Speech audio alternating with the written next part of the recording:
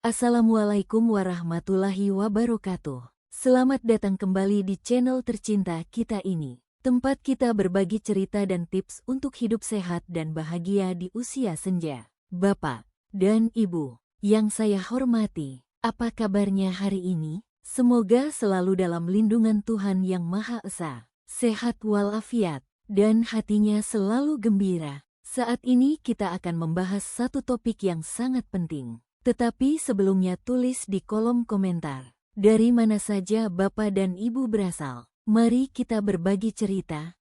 Dan jika Anda merasa video ini bermanfaat, saya mohon dengan tulus, bagikan dan share video ini sebanyak-banyaknya. Kirim ke grup WhatsApp keluarga, ke teman-teman Anda, agar semakin banyak lansia di Indonesia yang bisa merasakan manfaatnya.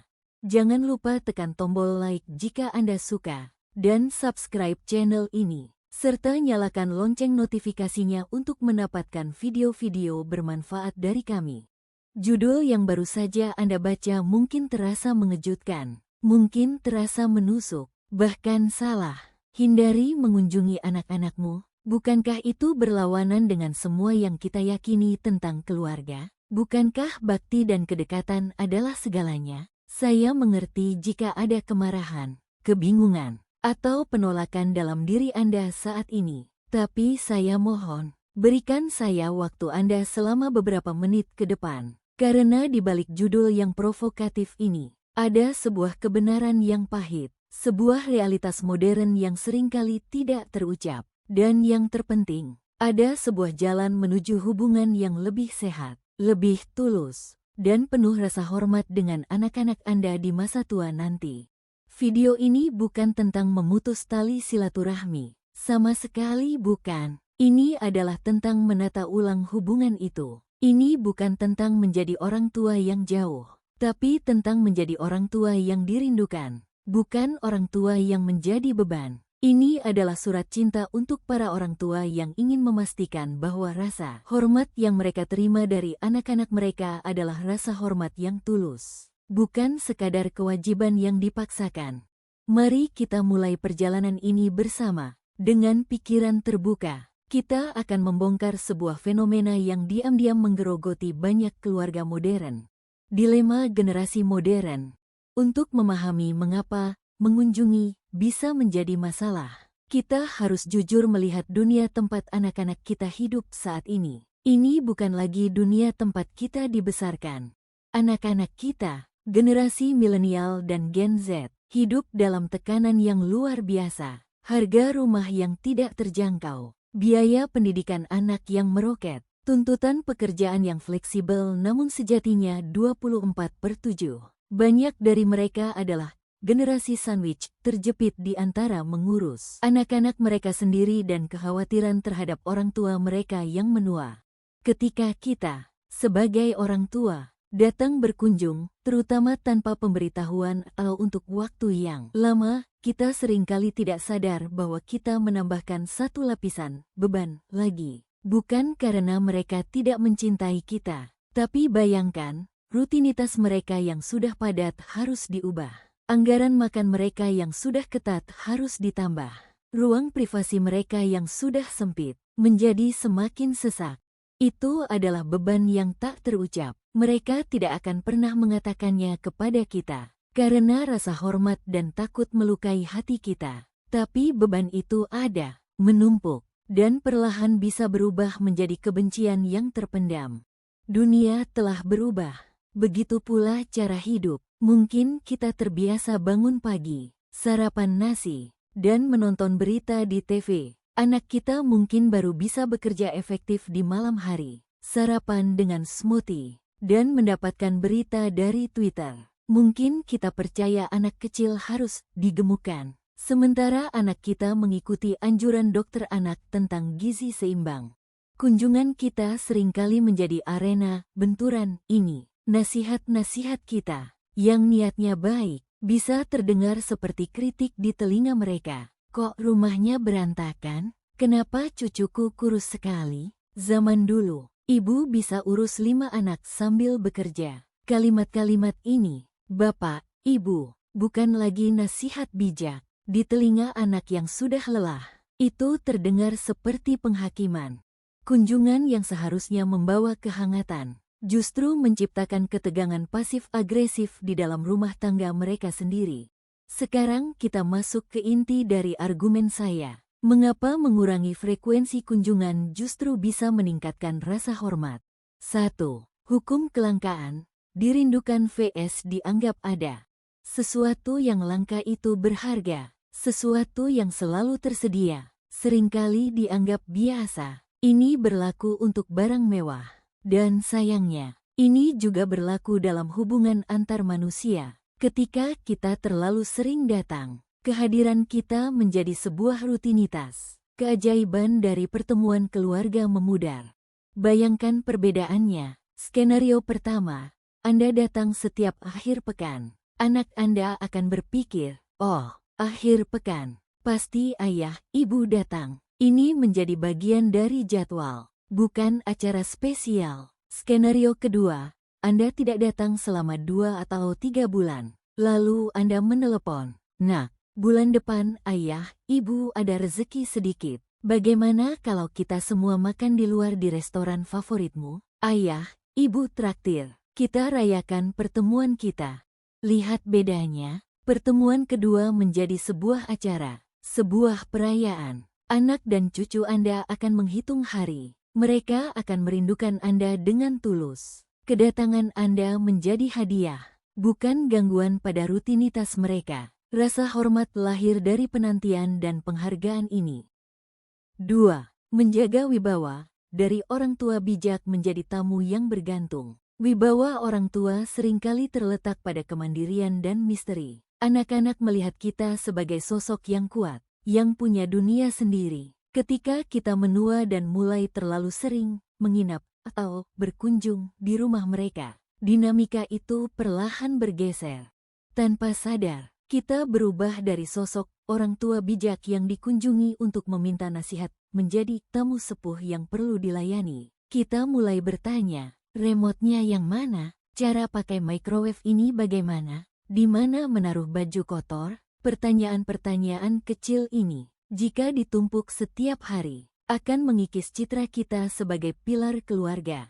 Anak kita, dengan rasa cinta, akan melayani, tapi di alam bawah sadar mereka, peran telah berbalik. Mereka kini menjadi orang tua bagi kita. Dan ketika peran itu berbalik sepenuhnya, yang tersisa seringkali adalah rasa kasihan dan kewajiban. Bukan lagi kekaguman dan rasa hormat yang mendalam. Kita kehilangan wibawa kita. Saya bisa mendengar bantahan Anda, tapi kan sudah menjadi kewajiban anak untuk merawat orang tua. Saya hanya ingin melihat cucu-cucu saya tumbuh. Nanti kalau saya sakit, siapa yang urus? Ini semua adalah pertanyaan yang valid dan lahir dari cinta. Mari kita bedah satu persatu. Pertama, tentang kewajiban. Tentu, anak memiliki kewajiban moral dan agama untuk berbakti. Tapi tanyakan pada diri kita sendiri, apakah kita ingin dihormati karena anak kita merasa wajib, atau karena mereka tulus ingin menghormati kita? Rasa hormat yang lahir dari paksaan itu rapuh. Ia terasa berat bagi yang memberi, dan hampa bagi yang menerima. Rasa hormat yang tulus itu ringan, membahagiakan, dan abadi. Tujuan kita bukan menuntut kewajiban, tapi memantaskan diri untuk menerima ketulusan. Kedua, tentang kerinduan pada cucu. Ini adalah alasan paling umum, dan ini adalah cinta yang paling murni. Tapi sekali lagi, mari kita pikirkan, apakah lebih baik melihat cucu setiap hari dengan suasana tegang, di mana kita mungkin mengkritik pola asuh anak kita, dan sang anak merasa terhakimi, atau lebih baik bertemu sebulan sekali dalam sebuah quality time yang direncanakan, di mana semua orang bahagia, tidak ada tekanan, dan kita datang sebagai kakek, nenek hebat yang membawa cerita, hadiah kecil, dan energi positif, lalu pulang sebelum semua orang kelelahan. Momen seperti itulah yang akan diingat selamanya oleh cucu Anda, bukan momen di mana nenek mengomel karena kamarnya berantakan. Ketiga, tentang rasa takut di masa tua dan sakit. Ini ketakutan terbesar kita. Tapi menjadikan anak sebagai satu-satunya jaring pengaman sosial kita adalah strategi yang sangat berisiko. Ini memberi mereka beban yang teramat berat. Jika kita membangun hubungan yang sehat sejak dini, hubungan yang didasari rasa rindu dan hormat, percayalah, ketika kita benar-benar membutuhkan mereka, mereka akan datang berlari, bukan karena terpaksa, tapi karena cinta dan kekaguman pada orang tua hebat yang selama ini mereka kenal. Mereka akan merawat kita sebagai mitra, bukan sebagai beban. Baik, kita sudah membahas masalahnya. Sekarang, bagian terpenting, solusinya. Bagaimana cara menjadi orang tua yang dirindukan dan dihormati? Ini bukan tentang tidak melakukan apa-apa, justru sebaliknya. Ini tentang melakukan hal-hal yang lebih bermakna. 1. Jadilah pribadi yang menarik, miliki kehidupan Anda sendiri. Ini adalah aturan nomor 1. Jangan jadikan anak Anda sebagai satu-satunya sumber kebahagiaan Anda. Temukan hobi, ikut komunitas, berkebun, melukis, senam lansia, mengaji, bergabung dengan klub buku. Jadilah orang yang sangat sibuk dengan kebahagiaan Anda sendiri.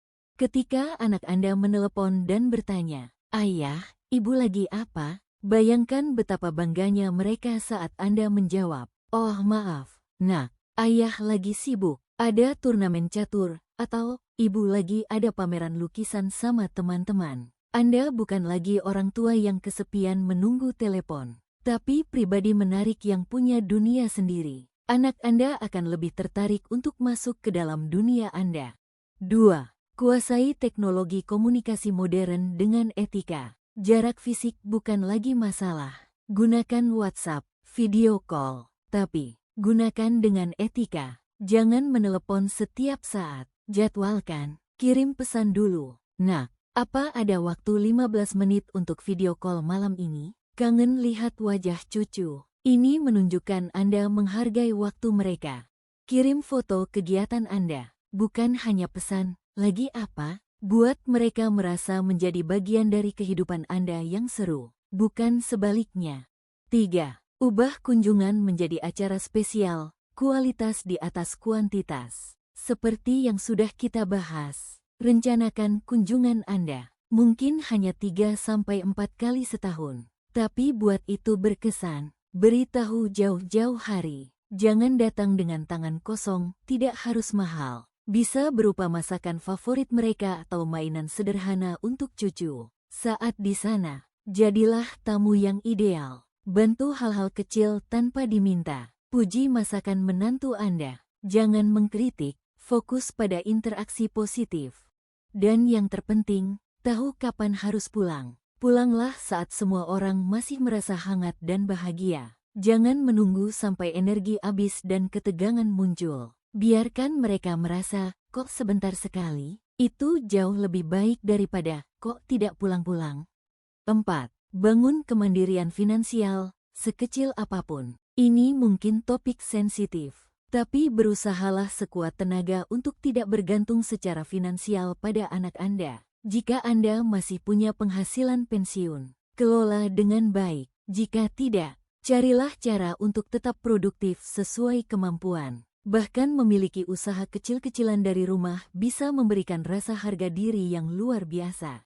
Ketika Anda tidak meminta uang, maka setiap pemberian dari anak Anda akan terasa sebagai hadiah tulus, bukan cicilan kewajiban. Dan ketika Anda yang mentraktir mereka sesekali, meskipun hanya semangkuk bakso, itu akan mengangkat wibawa Anda berkali-kali lipat. 5. Jadilah sumber ketenangan, bukan sumber masalah.